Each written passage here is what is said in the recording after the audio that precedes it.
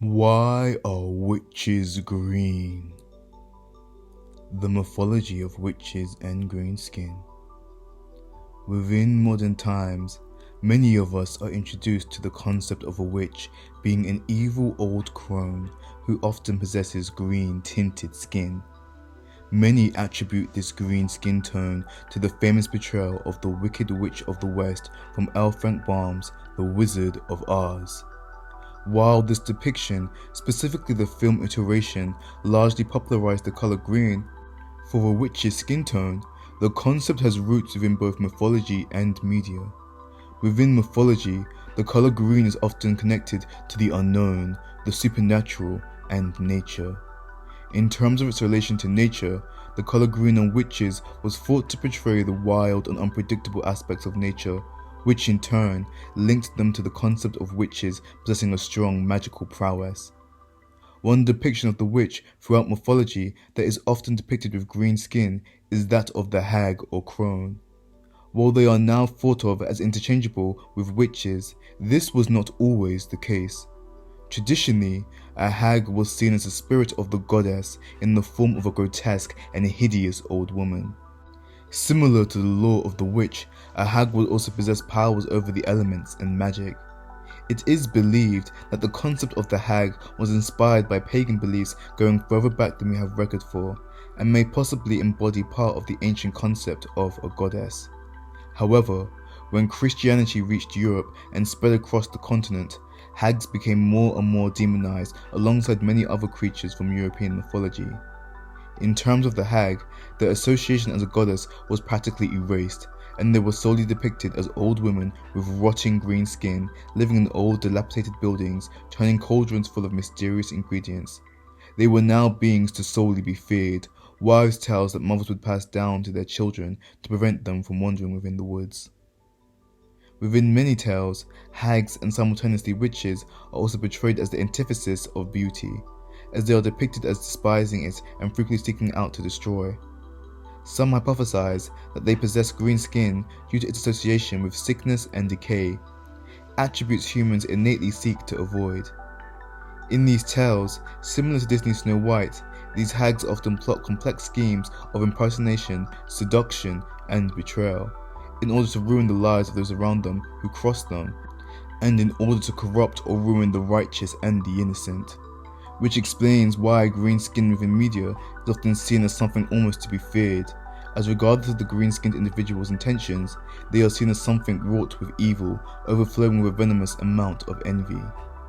Outside of the mythology of witches with green skin, this common depiction of the witch has a darker root that stems from the Salem witch trials of the 1600s.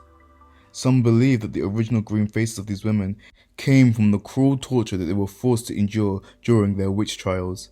Some of the conditions that have resulted from these tortures and might have led to their green skin are various infections, fungal conditions, chemical damage, bruising, and gangrene. Unfortunately, it was these side effects of the tortures of these women that led to hysterical townsfolk to believe that they were correct in the accusation of these women as witches. It does not help that the widespread hysteria at the time, most likely caused by a mixture of social tensions, religious beliefs, and medical conditions, led many to believe that they were, in fact, plagued with hordes of green witches flying around on their broomsticks, ready to do harm to them and their children. Green skin and evil witches. For many shows and throughout the lore of the witch, when depicted as green, this is often seen as a clear indication of their wicked nature. This depiction of the witch as being green, and in turn being seen as evil, even stays true when there is more than one depiction of a witch within a series. Oftentimes, when such an occurrence takes place, the witch that is meant to be seen on the side of good is provided with a much more human appearance, and is often perceived as beautiful. Within mythology, green skin wasn't traditionally seen as a defining trait. However, around the time of the Salem witch trials, people began to believe witches portrayed signs of their pact with the demons or entity that provided them with their access to magic. The signs that a witch might portray of her pact with a demon are deformities and imperfections on her body, which many might perceive as sickness, such as possessing green skin. These witches that were punished for their foul deals with the embodiment of the unnatural. They are demonic beings separated from the grand majority of individuals who may call themselves normal, which leads to what their accusers view as their deserved punishment of their grotesque appearances. However, this is the perception of a witch through the lens of Christianity during a time period when the idea of a powerful woman was something to be mocked or something to be feared, but never something that their civilizations would permit. The depictions of women possessing green skin throughout history has not only been attributed to witches, but it was also thrust upon any woman who committed an act perceived as heresy. Within medieval times, this category of heretical women would also include female folk healers, or what may be better known as wise women. Wise women were often the healers of their small communities, who would pass down knowledge from mother to daughter, and similar to our common perception of witches, would possess countless herbs and medical recipes within their homes. Within these times, it was not just wise women that were targeted with this title of heretic, but anyone who was perceived of possessing knowledge or power above her station, as this was seen as unnatural. Due to this, women who practiced midwifery were also seen as a class of unnatural women that possessed knowledge that these people perceived as only naturally obtaining amongst men. And for a woman to possess such knowledge, it could only be due to unholy bargain. Many hypothesize that their hatred, rumors, and lies about these intelligent women stemmed from both the church and male university-educated health practitioners, as from their perspective, these women undermined their philosophies by even being capable of healing the injuries of their townsfolk. One of the original and arguably deadliest publications that helped in fueling these misconceptions about these women was the Malleus Maleficarum, or the Hammer of Witches. The Malleus Maleficarum was first published in 1486 by a German monk known as Heinrich Kramer. Heinrich gathered many of these outrageous tales, some of which claimed that witches were cannibals, consorted with demons, and were the sole cause of impotence in men. Within the Malleus Maleficarum, Heinrich even claimed that midwives offered babies to the devil and were the worst cause of harm to the Catholic faith. It is believed that the Malleus Maleficarum is one of the main reasons why witchcraft stopped being perceived as a natural, harmless part of life, and instead as one of the biggest sins a woman could commit. The Malleus Maleficarum also pushed the notion that it was solely women who practiced magic, as only they would fall to the devil's temptations. While it is not often attributed for it, the Malleus Maleficarum is one of the leading perpetuators of the stereotypical depiction of the grotesque green witch that first comes to mind when the topic of the witch is brought up.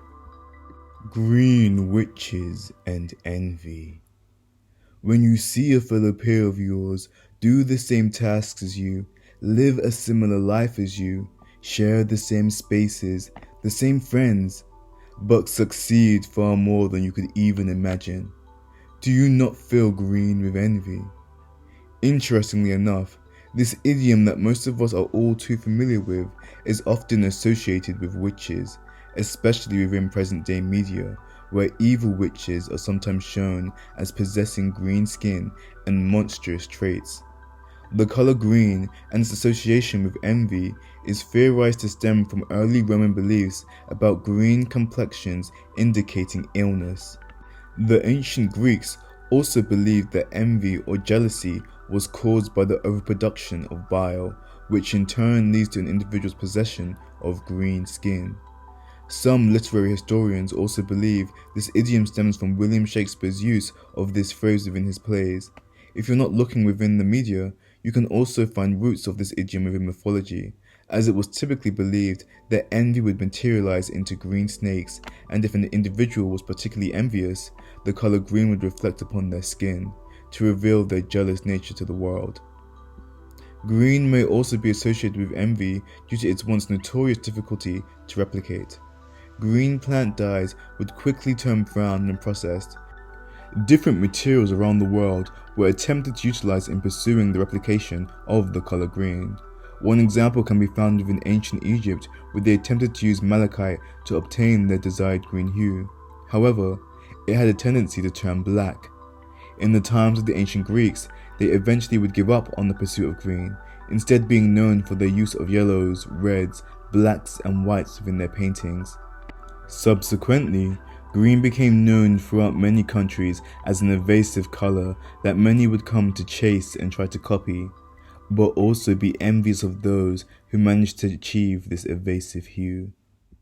What does the colour green in magic mean? Moving slightly away from green skin and looking more into the prevalence of the colour green in many systems of theology that follow the laws of magic, you would find that the colour holds a multitude of meanings within these religions.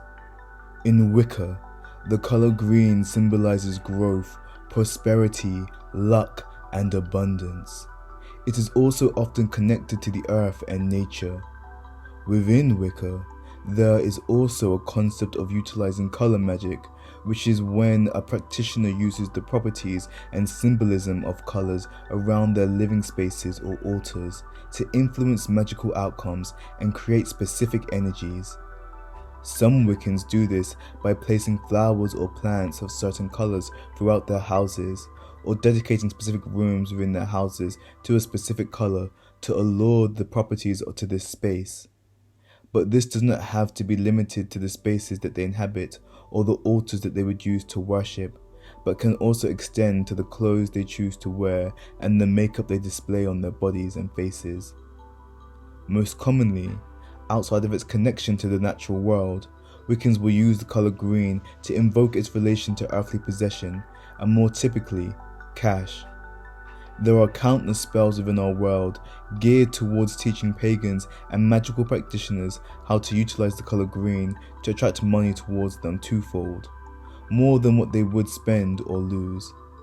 It is a desire that many can relate to, that some would give anything to bring into fruition.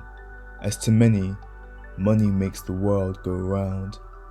But green is not only linked to finances, business, and earthly possessions.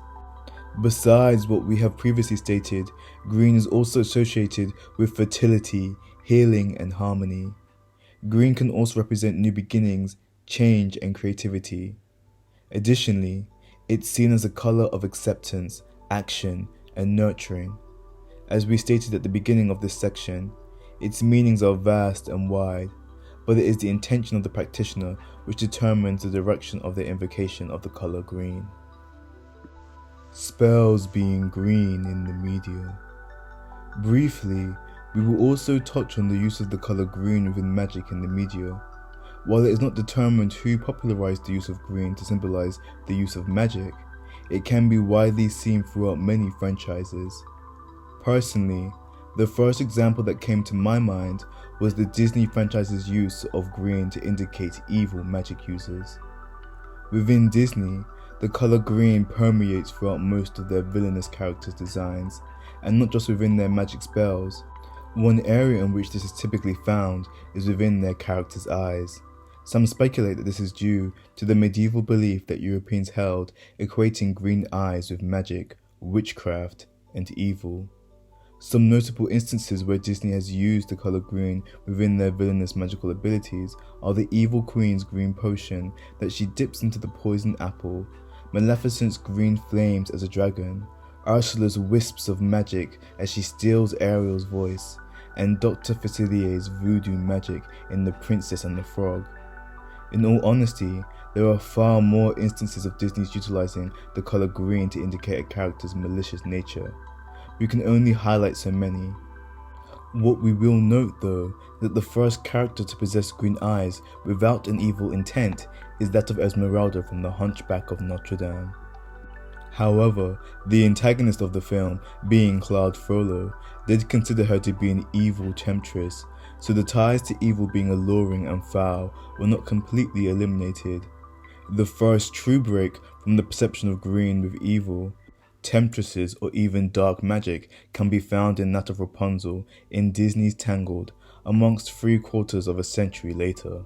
Another category of witches that the media heavily associates with the color green is that of the necromancer. Whether it be in video games, animation, live action, or anime, when a necromancer steps foot onto the screen, some form of green will be tied within their character design. if not in their magic also. Most of us can assume as to why necromancers are associated with the color green, but for those who cannot, it is because although green has a strong tie to the ideas of life, wealth, and luck, it is also heavily associated with death, decay, and poison. Although the color is associated with the prosperity of life, one must not forget its clear links to the antithesis of these matters. Typically when portrayed, necromancers, if they possess skin, it will be tinted green, have marks similar to bruises if not portrayed with stitches across their bodies. As beings that can manipulate the flow of life within media, we find it almost the norm to depict them as barely clinging to life themselves.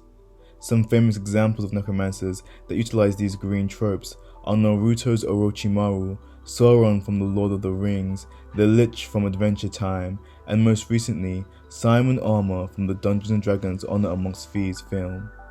While all these characters use their unholy abilities to revive the deceased in different ways, they all are enthralled in some manner within the color green. Types of green witches. In this next section, we will highlight the types of green witches that exist within mythology, as there are so many classifications and types of witches that fit within this mold. Number 1. The Witch. The first type of witch that we will discuss, which can be viewed as green, is the generic version of the witch. This depiction takes influence from that of the hag and the crone, but is a concept in and of its own. Witches as a whole are also not tethered to the defining features of possessing green skin, as throughout a lot of mythology, witches are often depicted as being indistinguishable from other women, if not also being seen as alluring temptresses. Within some lore, witches possess two forms, one being the attractive or homely facade that they portray to the communities that surround them. They use this form to lower the guard of those around them to become pillars of their communities, so that when tragedy strikes by their hand, they are the least likely to be blamed. The other form is typically what the general public would associate with a witch. Within this form, they can be seen as green, but more often are depicted as withered, decaying, full of warts and grotesque to most who gaze upon them. Why they possess this form varies from myth to myth. Some believe this is a result of their deal with the devil, sacrificing their beauty in return for their immense power. Others view it as a manifestation of their greed and envy within the physical realm, as a warning to all those around them that this is an individual who is not one to be trusted. Within the Salem witch hunts, the green tinges on the skin of the women hunted by the zealous members of the community was also thought to be a result of their works with the herbs and remedies that they worked with, as many of these women were healers within their communities. Within the present day, this depiction of the green witch to some practicing Wiccans, pagans, and spell workers is considered to be offensive, as it does in part stem from the horrible practices committed against women within the Salem witch trials. Painting these women, who naturally grew high standings within their communities due to their medical knowledge, as heretics, grotesque green monsters, was yet another form to silence their knowledge and strip them of their own established power. So even though displaying witches as green can be seen as a tradition or harmless to many, there is a sect of people who deeply despise this portrayal of witches. However, while the generic green witch has many different aspects to her lore and physical appearance, she will always be one of the more recognizable depictions of the witch. Number 2. The Hag. The next type of witch that we will discuss within the witching mythology is that of the hag. We briefly touched on the hag early on in this video, so we won't delve too deeply on them within this section. But as previously stated, the hag was seen as a spirit of the goddess in the form of a grotesque and hideous old woman, and are largely thought to have inspired the current perception of witches within the present media. Interestingly enough, hags within mythology and the present media are split within their own classification. Specifically focusing on Dungeons & Dragons, they have 6 classifications in which a hag can fall under. The first being the Anis hag. Typically making her home within the mountains, the Anis hag is portrayed as large and overwhelming. possessing a hunchback and her own traditional grotesque features which we typically associate with the hag, and stands at 8 feet tall. She typically uses her immense strength in battle or persuasive abilities to influence the minds of children to sow chaos within local villages. The next type of hag is the Biur hag, commonly found in snow-covered regions. They typically use their magic to make already harsh regions even harder to thrive in, as they take much delight in watching others succumb to frostbite. Through these actions, the Biur hag relishes in watching the humans in their surroundings succumb to greed as they hoard the few resources that they may have, as their peers starve, freeze, and perish. The next hag that we will discuss is not tethered to a region, but instead likes to inhabit the crevices of our minds as it distorts our dreams. This is the Dusk hag. The Dusk hag is capable of meddling within the minds of humans and perceiving our futures. However, quite typical of hag magic, these fortunes often spell more problems for the individuals that receive them than provide solutions. Through these fortunes, the Dusk hag infects these mortals' minds, corrupting their sanity, leaving them a frail husk of their former selves. While the Dusk hag is relatively unknown, the iconic green hag is what permeates throughout most of our minds when the topic of the hag is brought up in conversation. The green hag is what we see within many fairy tales, an old, decrepit woman who lives apart from society, somewhere within the woods, and often preys on the children of villagers foolish enough to wander too deep within their lair. She uses her abilities of disguise to disarm those around her, but underneath, like all hags, she is foul and rotten to her core. Unlike the green hag, who has always held a connection to witches, the night hag was once considered a fey creature. However, due to their evil actions, they were banished from the fey realms to Hades, where they would eventually morph into night hags. Typically, night hags use their abilities to cross realms between the material and ethereal planes of existence, and similar to the Dusk hag, night hags would haunt the dreams of their victims. While distorting the minds of their victims, night hags will persuade them to perform heinous acts that will eventually corrupt their souls. The last hag that we will discuss is that of the sea hag. As you can imagine from their name, they are typically found near the sea. The sea hag possesses pale and scarily covered skin and typically despises anything that may be perceived as beautiful. The sea hag doesn't possess any known spellcasting abilities like other hags, which is why they are more likely to form a coven of hags to gain access to the more powerful spells. As one can see, the lore of the hag is quite vast, but they're not the only class of witches that are known for their green complexion. Number 3. The crone. Within the varying classifications of the witch, the crone is one of vast importance, as the knowledge she holds stretches far beyond her years. While she can be depicted as possessing green skin due to her immense age and close proximity to death, this is not always the case. Typically, the crone will appear as an old, wizened woman. She can appear either ethereal in her old age, as her time on the earth has influenced how she outwardly reflects her appearance. In similar mindset to this, if the crone in her youth committed herself to more dark spells, her outer appearance would fall more towards the hideous than the ethereal. Within some mythologies, the crone is thought to be the soul of the universe, while although her body may be withered, her soul shines as bright as the sun within her. Even though her outward face may be hidden and turned within herself, she is the weaver of the universal energy, which she manipulates to create new constructs within the material realm. In Wicca, the crone plays an important role as she is a key member of the triple goddess alongside the maiden and the mother. Alongside embodying wisdom and knowledge, she also represents the waning moon, winter, the end of cycles, and death. But it is not just endings that the crone represents, but also the transition into new beginnings. She is a guide to those who come after her, a healer to those who require her aid, and a mentor to those who require access to her wealth of knowledge. But ultimately, she is a practitioner who encourages those who follow after her to embrace aging and transformation. Number 4. The Lamia. Unlike the witches that we have mentioned before, the Lamia is one of the most grotesque and monstrous of them all. They are believed to have originated from a Libyan queen who became a victim of Hera's wrath after producing an heir with Zeus. When Hera became aware of this, she stripped the queen of her kids and cursed her to a form that Zeus would never desire, bestowing the queen with the lower half of a serpent and cursing her with insomnia to drive the queen mad. Zeus, taking pity on the queen, blessed her eyes, bestowing her with the ability of foresight and to remove her eyes, granting her a small respite of sleep. However, this was not enough to stabilize the queen's mind, leading her to strip other mothers of their children and lure men into their demise. This tale of the Lamia is one of the oldest, stemming from their creation. However, over the years, their story would shift and change. They would grow to be less associated with monsters and more associated with witches.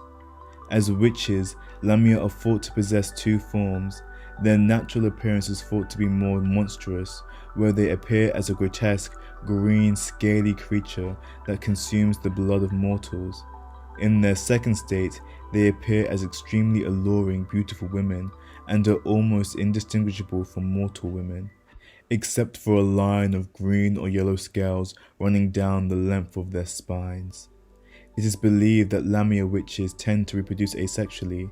However, they are capable of making hybrids with humans. Within the lore of the Lamia, there is also a subspecies that sometimes appears within their line known as the Vaingir. The Vaingir are especially dangerous Lamia who possess the ability to fly, but regardless of their class or what state they choose to encounter you, Lamia are a class of witch that all should fear. Number 5. The Beldam. Similar to the mythologies of the crone and the hag, Beldams are often depicted as old, grotesque women adorned in black robes and at times are shown wearing pointy black hats. Typically, Beldams reflect what most interpret a witch to look like, with their greyish-green skin, warts, books of spells and cauldrons. Beldams are also known to fly on broomsticks and possess familiars such as rodents, spiders, rats and black cats. Where the Beldams differ from the traditional depiction of witches is their companionship with evil, restless spirits of the dead.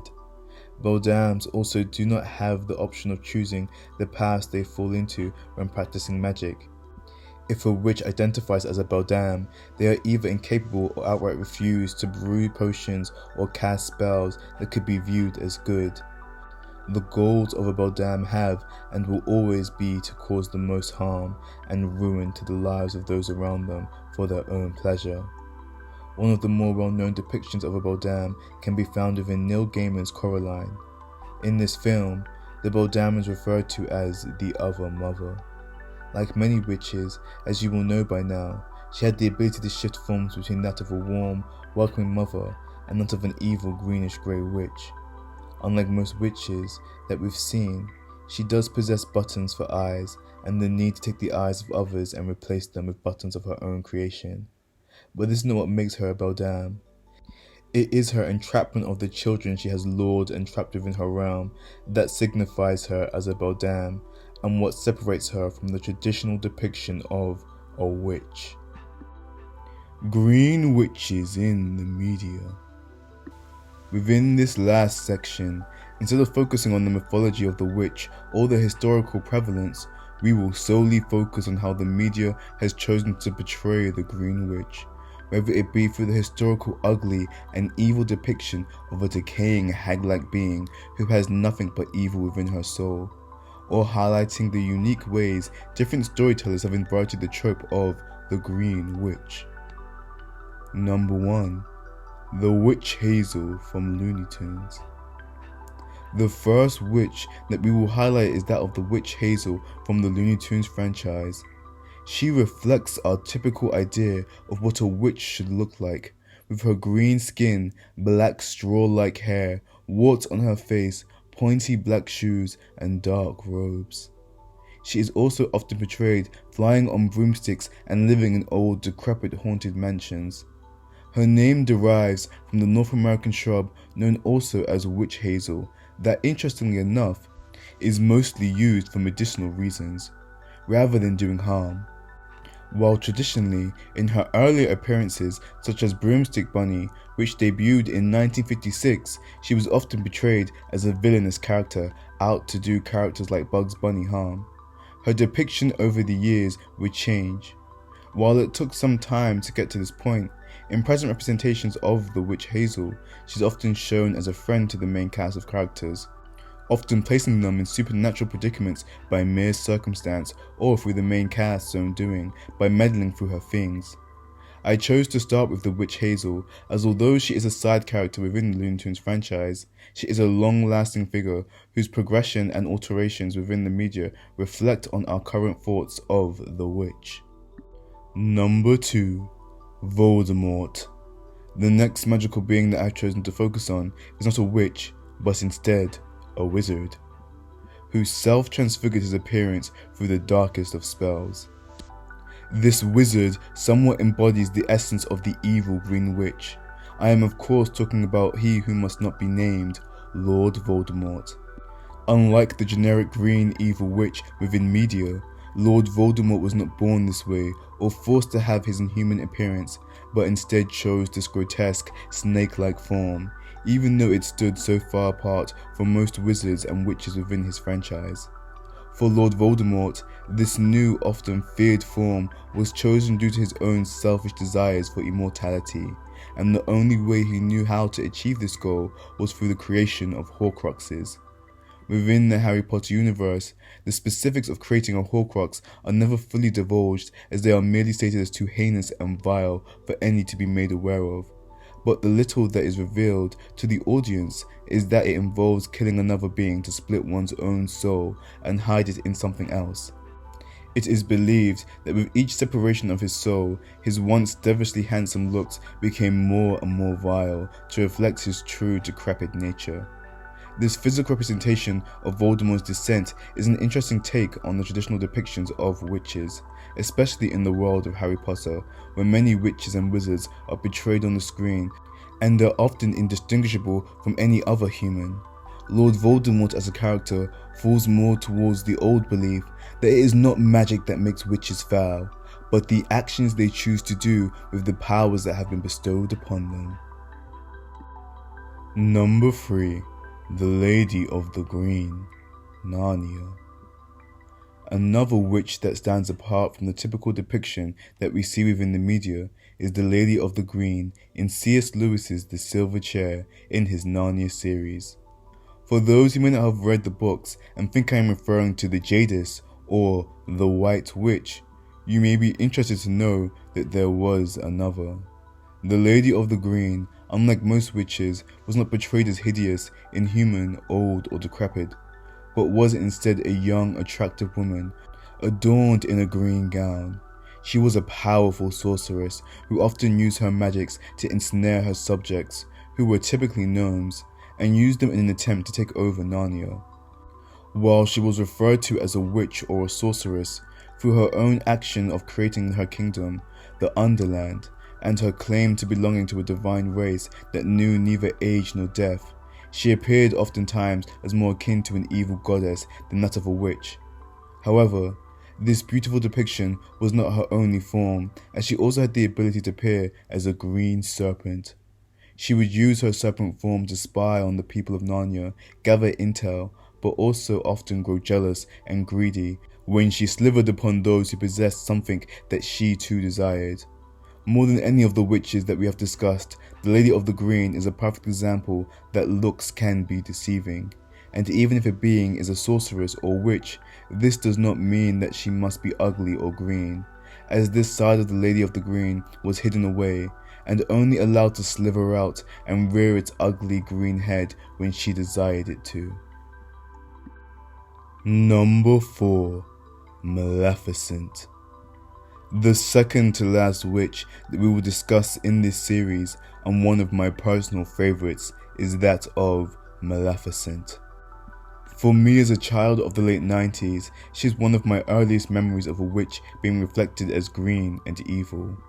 While there is some discourse as to whether she is a witch or a dark fairy, within the original 1959 Disney animation, she is often referred to as an evil sorceress and a complete antithesis to the three green, blue, and red fairies charged with keeping the protagonist of the film, Aurora, safe.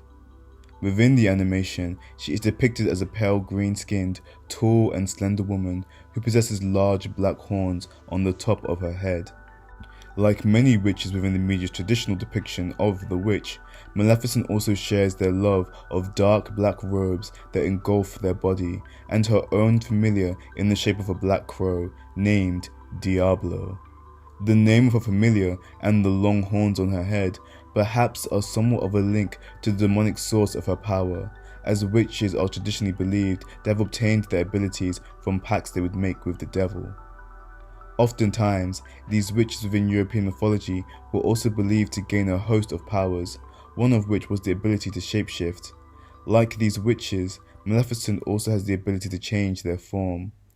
For anyone who has seen Sleeping Beauty, this hand-drawn scene of Maleficent's transformation into a large, ferocious black dragon spewing green hell flames will know why this is one of Disney's most iconic scenes. The mere color palette of the dark green flames illuminating the figure of the black dragon destroying the castle and chasing the king, and the detail and emotion that bleeds through each scene is a nod to how intricate the animators were in portraying the wickedness of Maleficent. Yet, while she does fall within so many tropes of the classical witch, she also stands apart from them. She is wicked but not ugly, and her beauty throughout the film is not used to allure a prince or a king, but exists for her own pleasure. Her rage and anger within the film only stem from her exclusion from the royal endeavours, as she felt that she was snubbed and ignored when not invited to the christening of Aurora. While her actions are undoubtedly cruel, they exist with reason, as one can interpret, especially within this time, that she had a standing within this kingdom to protect. That seems as though it was always being threatened by those who despised her. Number 5. Elphaba Throp, the Wicked Witch of the West. The last witch we will discuss is arguably based on one of the most iconic green witches of our age. Some state that it is even due to this character that we depict witches as green in the first place. For those of you who are confused as to who I am referring to, it is none other than the iconic Wicked Witch of the West, also known as Elphaba Throp. When one searches why witches are often depicted as green, if you dig deep enough, you will find there are many answers to this question, as you should well know by now. However, the most prominent one by far is that depicting witches as green is a relatively new phenomenon, which dates back to the 1939 first cinematic release of the film The Wizard of Oz. The actress who famously portrayed the 1939 iteration of the Wicked Witch of the West was Margaret Hamilton, who was famously known for her cackling screech within this film. Interestingly enough, in the original L. Frank Baum novels, the Wicked Witch of the West wasn't even described as being green. She was instead depicted as an old woman who possessed one eye and wore an eye patch. It was only due to the director taking creative license and desiring to fully monopolize the introduction of color TV that it was decided that the Wicked Witch of the West would fit within the vivid Technicolor theme of The Wizard of Oz by possessing vibrant emerald skin. This was, without a doubt, a brilliant idea by the film's director Victor Fleming and his production team, as the witch's green skin would become a staple throughout most of the many TV, film, novel, and theatre productions and reimaginings of this classic story. One of the more famous depictions of the Wicked Witch of the West can be found in one of her more recent depictions in Gregory Maguire's 1995 novel, Wicked. The novel inspired the renowned 2003 musical, which quite recently received a 2024 film adaptation. As per the release of this video, the second half of the greatly anticipated film will soon be released on November 21st, 2025. However, I bring up Wicked not due to the recent release of the films, but for the unique stances it takes on the character of the Wicked Witch of the West. Or, who they name as Elphaba Throp, and the life she is forced to live due to the uniqueness of her green skin. Within the Wicked novels, Elphaba is depicted as one of a kind, with deep green skin and sharp pointy teeth, and from the moment she was born, she was despised by the man she believed to be her father, and seen as disgusting by her mother. In truth, Elphaba's inability to blend into the Munchkin society through no fault of her own destined her for a lifetime of discrimination, with not one soul to lean on who could fathom what it would be like to even remotely look like her. Due to her looks, Munchkins and any inhabitants of Oz that would stumble across her would accuse her of being a monster, a devious goblin, or even a witch. While in the books, she did have access to small amounts of magic, she was raised in a religious family and had no notions of becoming a witch, and learning magic until far later in her life when she would discover the Grimoire. However, when you were accused of being something evil and vile, no matter how much you attempt to distance yourself from this thing, no matter how much you may come to despise it, or even blame it for tarnishing your life, there are some of us, like Elphaba, who will eventually come to embrace these accusations, no matter what they may be. As like her, you may have grown tired of running, of denying the accusations, of trying to minimize your existence and shape yourself into what society may desire you to be. Sometimes, being the monster in someone's story is far more freeing than conforming to be a background character for them to look down upon and ignore. If you enjoyed this deep dive into the lore regarding why witches are depicted as green and evil, please don't forget to like, share, and subscribe. Like the witches who have stood before us today, dare to be seen as what you truly are. Never lose yourself or your desires in what society may dictate for your life.